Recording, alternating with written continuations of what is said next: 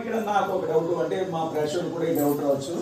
Plastic cups మంచిది కాదంటారు, okay, దాన్ని ఒప్పుకున్నాం. మరి దాని బదులు గాజు గ్లాసులు కానీ, గాజు కప్పులు కానీ, లేకపోతే పెంగాని కప్పులు కానీ కదా, అవి ఎటువంటి హార్మ్ చేయవు, అవి ఎందుకు వాడకూడదని ఒకసారి మీరు దానికి దేనికి తేడా చెప్పండి. తేడా అంటే మీరు ఒకసారి టీ స్టాల్ దగ్గరికి వెళ్ళి చూసారంటే తెలుస్తుంది. యాక్చువల్లీ గాజు కూడా మంచిదే. బేసిక్గా కరోనా టైం వచ్చిన తర్వాత గాజు కప్పులు కానీ లేకపోతే ఇంకొకరు ఇంజిల్ చేసింది మనం తీసుకోవడం అంటే కష్టం. ఎందుకంటే ఇది టీ స్టాల్ వాళ్ళు చక్కగా మనం ఇంట్లో కడుక్కున్నట్టు సోప్ వేసి హాట్ వాటర్ వేసి వాష్ చేయరు.